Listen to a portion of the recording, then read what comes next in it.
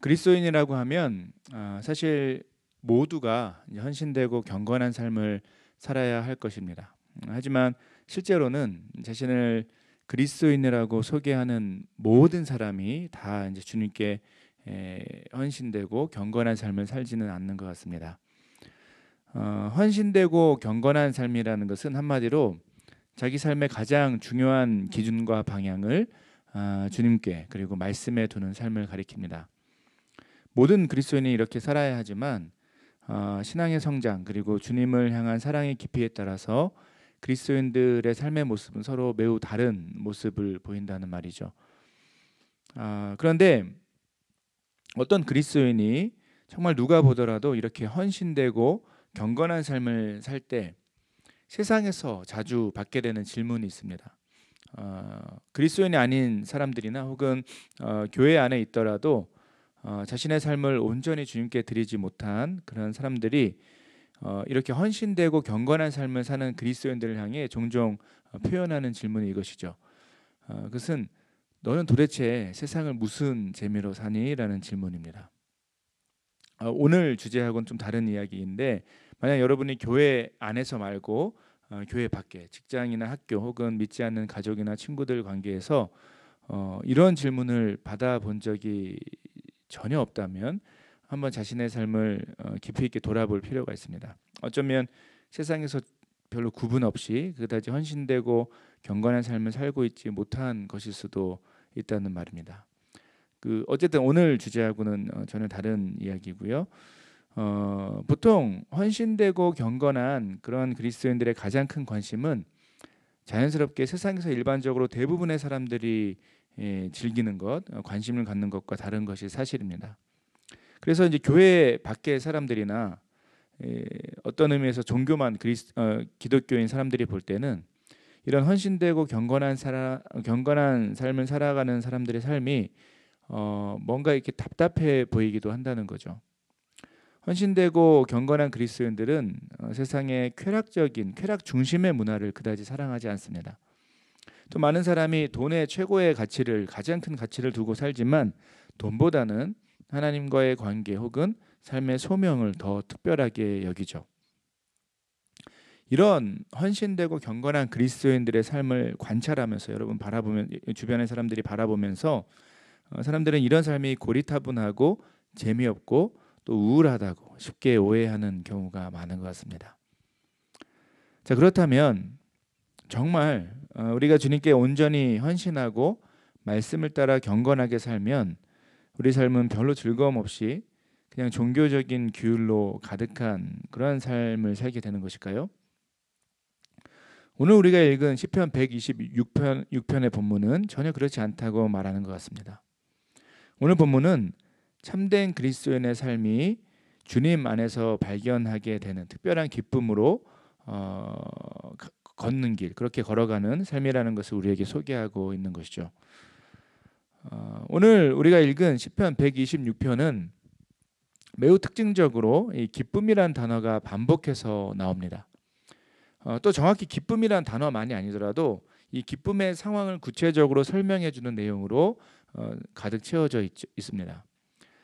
그런데 예루살렘으로 예배하기 위해 우리가 계속 이 시리즈에서 살펴보는 것처럼 이 예루살렘으로 예배하기 위해 올라가던 그 여행길에서 이스라엘 백성이 이 시편의 노래를 불렀을 때 그때 당시의 상황을 돌아보면 사실 그들은 전혀 기쁠 수 있는 상황은 아니었다는 것을 우리는 기억할 필요가 있습니다. 좀 더 넓은 관점에서 보더라도 이스라엘의 역사에서 사실 그 이스라엘 백성이 기쁨을 누릴 수 있었던 이 상황적인 기쁨을 누릴 수 있었던 그때는 그다지 많지 않았다는 것 역시 우리는 성경을 통해서 쉽게 깨닫게 되죠. 구체적으로 이런 것입니다. 오늘 본문을 살펴보면 이 시편의 저자는 아마도 이 이스라엘 백성이 바벨론 포로 시기를 보내고 이후에 고레스 칙령을 따라 어느 정도의 사람들이 이제 고향 땅으로 돌아오던 그때 당시의 상황을 떠올리는 것으로 보입니다. 그런데 실제로 이스라엘 역사를 잘 공부해보고 구체적으로 그 에스라, 느헤미야, 학개와 같은 성경의 내용만 보더라도 그때 이렇게 돌아오던 때에 고향으로 돌아오던 이스라엘 백성의 상황이 최악이었다는 것을 금방 확인하게 됩니다. 우선 고향으로 돌아올 수 있었던 사람들의 수보다 디아스포라라고 하는 이 나그네처럼 세계 이곳저곳에 여전히 흩어져 있던 유대인들의 숫자가 훨씬 많았습니다. 이것이 무엇을 의미할까요? 디아스포라 유대인들은 고향을 떠나서 자신들이 살던 그 이방 땅에서 늘 차별과 멸시를 당하며 매우 힘든 삶을 살 수밖에 없었다는 것을 의미하죠. 그리고 뭐 실제로 고향으로 돌아온다 하더라도 돌아오게 된 그 이스라엘 백성 역시 그들의 상황은 전혀 좋지 않았다는 것을 우리는 확인하게 되죠. 이미 바벨론에 의해서 망한 예루살렘, 그리고 예루살렘 성전에는 아무것도 남아있지 않았기 때문입니다. 그들은 말 그대로 빈털터리의 상태에서 고향 땅으로 돌아왔고 그곳에서 정말 맨손으로 새로운 시작을 해야 했던 것입니다. 이런 그들의 상황을 우리가 한번 떠올리면 어쩌면 고향 땅으로 돌아오는 것 자체가 말이 안 되고 말 그대로 막막한 일이었다는 것을 깨닫게 됩니다. 그런데 이와 같은 이 바벨론 포로 생활이 끝날 때 그때 당시의 상황만이 아니더라도 이스라엘 역사 자체가 고난의 연속이었습니다. 이스라엘은 흔히 말하는 그 강대국으로 살았던 적이 거의 없는 민족이죠. 오히려 늘 주변 나라의 영향력과 공격에 시달렸던 힘없고 볼품없는 작은 나라에 불과했던 것입니다. 이스라엘 역사를 전체적으로 펼쳐놓고 보더라도 사실 이스라엘 백성에게는 그다지 기쁠 만한 일들이 우리가 생각할 때 기쁠 만한 일들이 많지 않았던 것을 쉽게 확인하게 됩니다. 어떤 경우로 이 본문의 상황을 생각해 보든지 이스라엘 민족은 고난과 슬픔의 민족, 기쁨을 상실한 민족으로 보는 것이 맞을 것 같습니다. 당연히 그 최악의 순간은 오늘 본문의 중요한 배경으로 보이는 이 바벨론 포로 생활이라고 할 수 있을 것입니다. 나라는 망했습니다. 민족은 여기저기 전 세계적으로 흩어져 있게 되었죠. 그리고 자신들은 힘이 없이 다른 나라의 노예와 같은 그런 삶을 살고 있던 상황, 이것이 바로 이 시편의 노래를 만들고 부르던 이스라엘 백성의 현실이었던 것입니다. 자, 그런데 한 가지 흥미로운 것은 이 이스라엘 백성의 경험이 우리에게도 그다지 낯설지는 않다는 것입니다. 무슨 말일까요? 우리 삶도 가만히 살펴보면 이 기쁠 만한 일들보다는 고난과 슬픔이 더 많은 세상에서 어렵고 힘겹게 살아가는 모습이 우리에게 익숙하다라는 말입니다. 어쩌면 이곳저곳을 마치 나그네처럼 돌아다니며 안정감 없이 살아가던 그 바벨론 포로 시절 이후에 그 이스라엘 백성들처럼 우리도 원래는 그냥 내버려 두면 늘 방황하며 살아갈 수밖에 없던 그런 삶이었다는 것입니다. 그리고 이 방황의 이유는 바로 우리 영혼이 하나님을 떠나 하나님의 임재와 그분과의 그 풍성한 교제를 잃어버렸기 때문이라는 것이죠. 자주 인용했던 것처럼 어거스틴은 이 인간의 원래 상태를 이렇게 탁월하게 표현했습니다.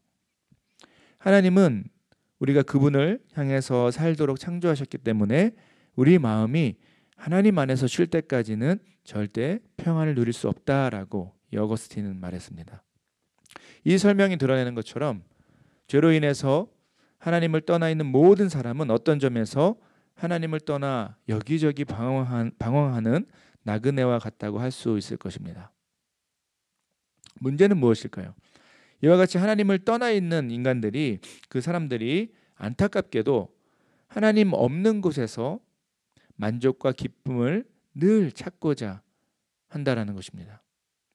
이런 모습은 마치 인간이 숨을 쉬고 음식을 먹는 것처럼 본능처럼 인간의 삶을 이끌어왔습니다. 인간은 하나님을 떠나서도 항상 자신들의 마음이 쉼을 얻고 기쁨을 누리고자 하는 그런 쉬지 않은 노력을 해왔다는 것이 바로 여러분 인간의 역사이죠. 실제로 인간의 역사는 하나님 없이도 한번 기쁨을 찾아보려는 그런 사람들의 노력으로 가득 채워져 있습니다. 물론 여러분 오해하시면 안 되는데 우리가 이 즐겁고 기쁘게 시간을 보내는 것이 잘못되었다라는 말이 전혀 아닙니다.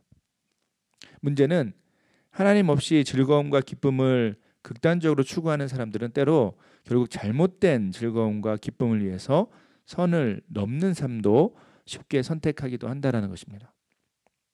하나님이 우리에게 허락하신 이 안전한 울타리를 넘어서 기쁨 자체가 쾌락 자체가 우상이 되어 살다 보니까 어느 순간 자기 자신을 망가뜨리고 세상을 망가뜨리는 일에 시간과 돈과 열정을 다 쏟아붓는 그런 모습이 어쩌면 세상에서 쉽게 우리가 찾아볼 수 있는 그런 사람들의 안타까운 모습이죠.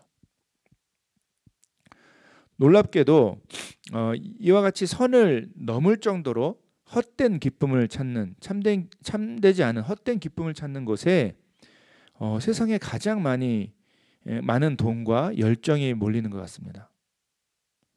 여러분, 술 취함이 삶의 일상이 되는 것, 포르노그래피가 산업화까지 되는 것, 마약과 같은 그 사람들의 정신과 사회를 무너뜨리는 곳에 상상할 수 없는 돈과 열정이 몰려 있다는 것을 우리는 이미 잘 알고 있습니다.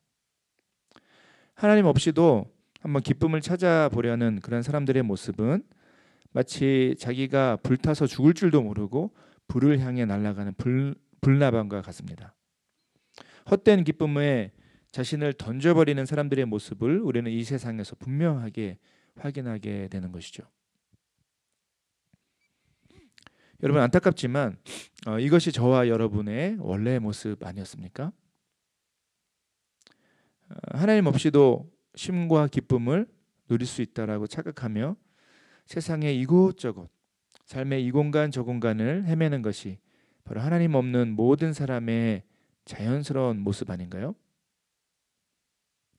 그렇습니다. 죄악 가운데 하나님의 임재의 땅 예루살렘을 잃고 이곳저곳 방황하던 그 이스라엘 백성의 모습은 고난과 슬픔이 가득한 세상에서 이리저리 방황할 수밖에 없었던 모든 인간의 그런 원래 모습이었다는 것을 우리는 말씀을 통해 다시 한번 되돌아보게 되는 것입니다. 자, 그렇다면 여러분, 이 인간의 방황, 하나님 없이 쉼과 기쁨을 찾을 수 없는 그러면서도 하나님을 떠나 이곳저곳을 방황할 수밖에 없는 그런 우리의 상황은 어떻게 끝날 수 있을까요?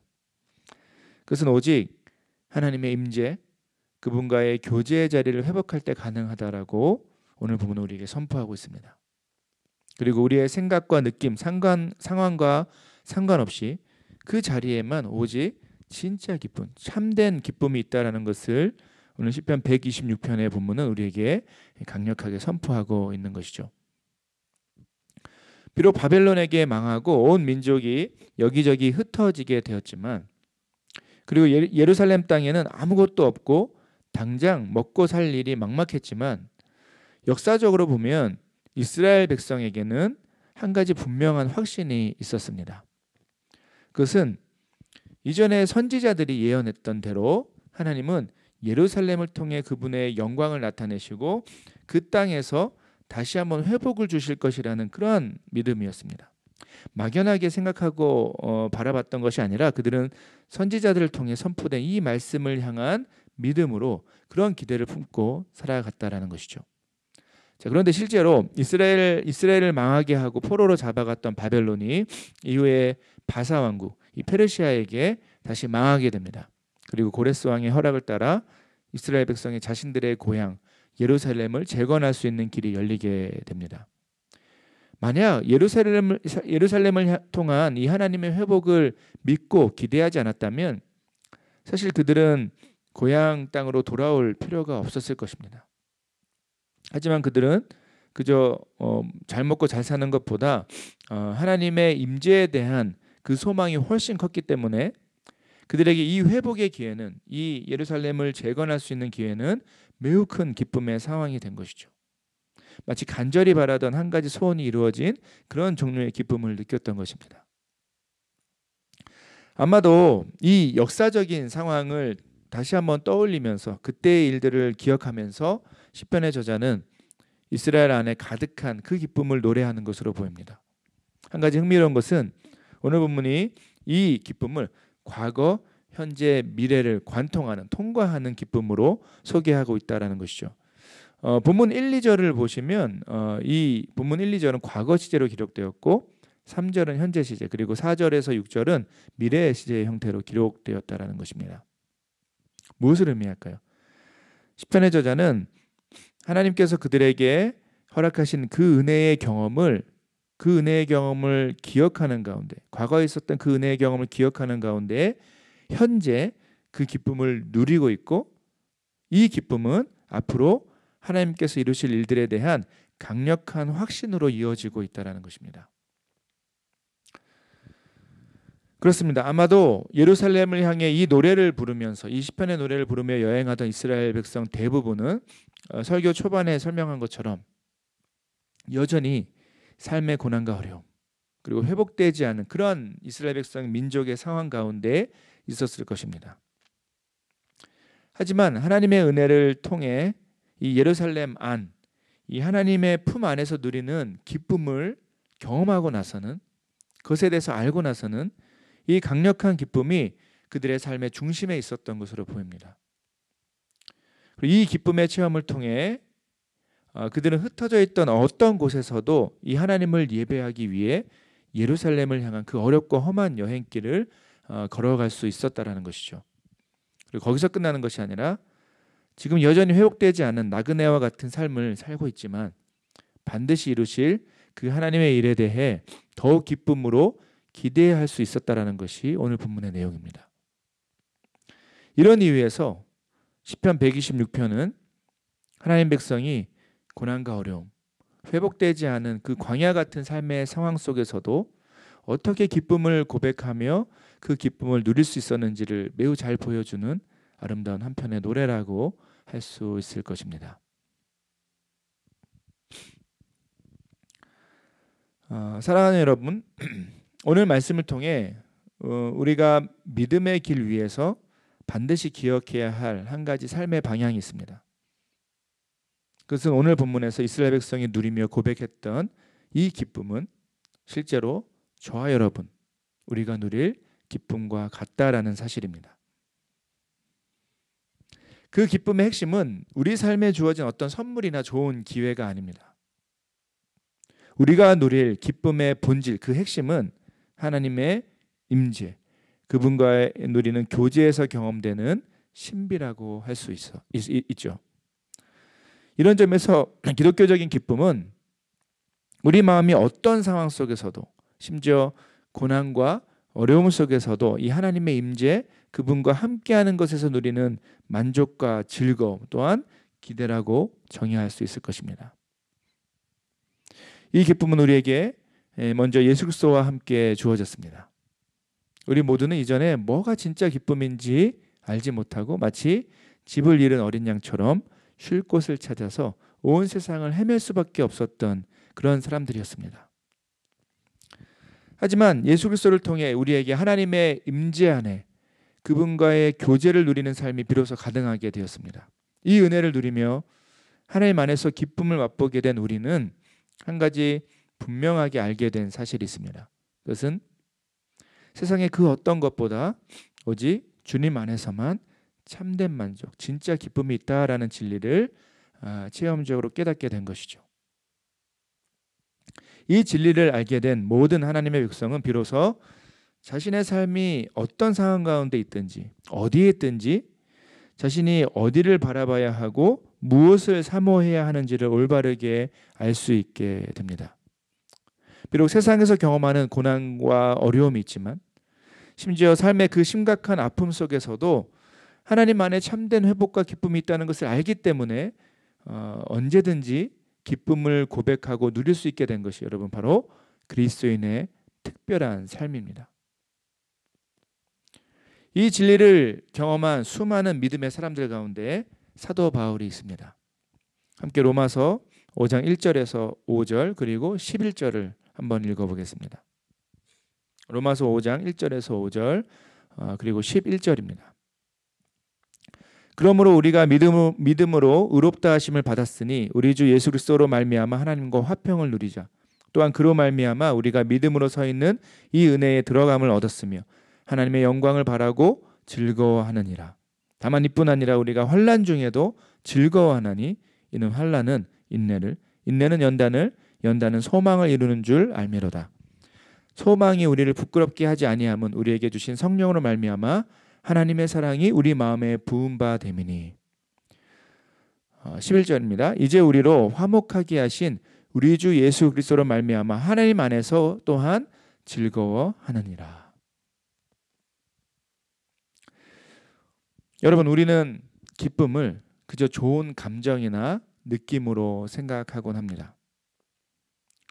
하지만 사실 기쁨은, 특별히 기독교적인 기쁨은 단순히 우리의 감정과 느낌이 아니죠. 우리가 고백하는, 우리가 누리는 기쁨의 핵심은 우리가 누구인지 알고 어디에 있는지, 또한 우리가 어디를 향해 가야 하는지를 알기 때문에 그 안에서 경험하는 안정감이라고 할 수 있습니다. 이것은 우리 삶의 슬픈 일이 모두 사라지는 것을 의미하지도 않습니다. 기독교 신앙에서 비롯된 예수 그리스도를 통해 하나님 안에서 누리는 참된 기쁨은 바로 어떤 상황 속에서도 세상이 부럽지 않은 그 풍족함을 경험하며 자신에게 주어진 믿음의 길을 걷게 하는 가장 강력한 힘이라고 할 수 있는 것이죠. 여러분, 오늘 시편의 본문은 바로 이 기쁨을 바라보고 우리의 다양한 삶의 환경, 고난과 어려움 속에서도 이 기쁨을 누리라고 격려하는 그런 주님의 음성으로 우리에게 선포되고 있는 것입니다. 말씀을 맺겠습니다. 사랑하는 여러분 지금 주님께서 허락하시는 기쁨을 충만하게 누리며 우리에게 주어진 믿음의 길을 걷고 계십니까? 안타깝게도 우리는 우리의 감정에 매몰되어 언젠가부터 이 기쁨을 잃어버린 채, 그리고 더 나아가서 이 헛된 것에서 기쁨을 찾으려는 노력으로 살아가는 모습이 있습니다. 하지만 이미 우리가 경험했듯이 사실 우리의 어떤 노력으로도 만약 하나님이 우리와 함께 하시지 않는다면 우리에게 진짜 기쁨이 경험될 수 없습니다. 사랑하는 여러분, 이 시간 오늘 말씀의 이 진리를 마음에 새기는 우리 모두가 되길 바랍니다. 우리에게 참된 기쁨은 예수 그리스도를 통해 하나님의 임재를 경험하고 그분과의 풍성한 교제 안에서 발견될 수 있습니다. 그 기쁨이 여러분 우리에게 진짜 기쁨이 되고 그 기쁨을 소유할 때 그리고 우리 삶의 나머지 모든 것이 진짜 의미를, 제자리를 찾을 수 있게 되는 것이죠. 이 시간 이 진리를 마음에 새기고 다시 한번 하나님 안에서 누리는 기쁨을 사모하며 그분께 더 가까이 나아가는 저와 여러분 되길 간절히 소원합니다. 주님께서 그렇게 나아가는 우리에게 세상이 알 수 없는 참된 기쁨을 날마다 새롭게 회복하실 줄로 믿습니다. 자, 기도하고 설교를 마치도록 하겠습니다. 은혜로우신 하나님 감사드립니다. 하나님을 알지 못할 때, 또 하나님을 떠나 있을 때 우리가 아무리 세상에서 참된 기쁨을 찾아 헤매도 그 어떤 것도 우리에게 진정한 기쁨이 될 수 없음을 주 앞에 고백합니다. 오늘 말씀을 통해서 다시 한번 주님의 거룩한 임재의 자리, 주님과 풍성하게 누리는 그 교제의 자리를 사모하게 하심을 감사드립니다. 날마다 주님 앞에 더 가까이 나아가며 세상이 알지 못하는 참된 기쁨, 그 풍성한 기쁨을 누리는 우리 삶이 될 수 있도록 이번 한 주간도 성령께서 우리의 삶을 주관하여 주시고 인도하여 주시옵소서. 감사드리며 우리의 참 기쁨 되신 예수 그리스도의 이름으로 기도드립니다. 아멘.